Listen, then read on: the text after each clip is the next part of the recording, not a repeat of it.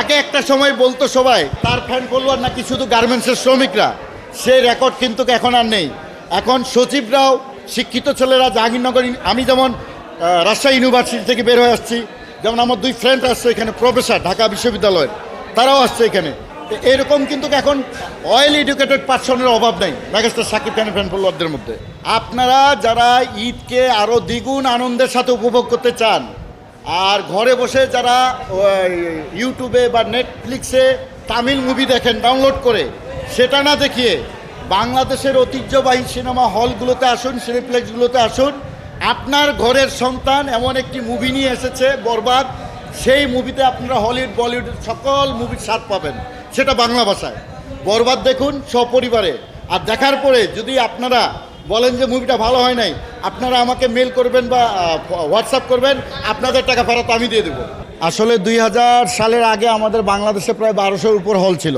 2000 সালের পর কমতে কমতে কমতে 500-তে আসলো, 500-র পরে এখন 150-তে চলে আসছে।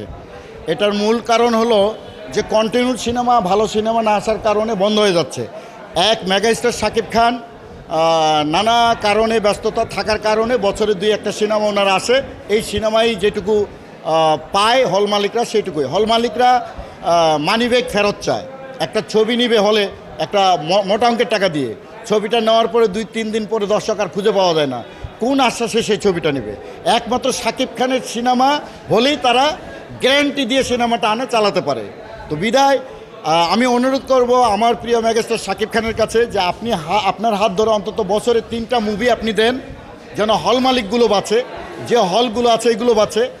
আর সারা দেশব্যাপী আমাদের পুরনো যে হলগুলো আছে এগুলোকে সংস্কার করে ডিজিটাল হল বলেন বা সিনেপ্লেক্সে পরিণত করেন। যুগ বদলাচ্ছে, আপনাদেরকেও বদলাতে হবে।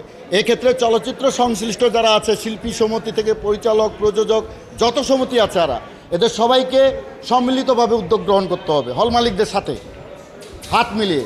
না হলে এই সিনেমা হলগুলো না বাঁচলে বাংলাদেশ চলচ্চিত্র বাঁচবে না, এফডিসি তালা পড়ে যাবে সারা জীবনের জন্য।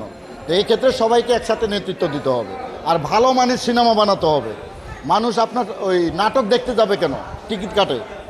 নাটক তো টেলিভিশনে দেখতে পায়, ইউটিউবে দেখতে পায় না। নাটক দেখলে তো আমি আমার বাসায় বসে দেখব। আমার সিনেমা লাগবে, আমি সিনেমা দেখবো হলে বসে বা সিনেপ্লেক্সে বসে। তাহলে সিনেমা বানাতে হবে। এর জন্যই বরবাদের মুভি দরকার, বরবাদের মতো মুভি দরকার, বারবার দরকার। বরবাদের মতো মুভি তৈরি হলে হল সংখ্যা বাড়বে, হল মালিকরাও বাঁচবে, নতুন কিছু হবে বাংলাদেশে।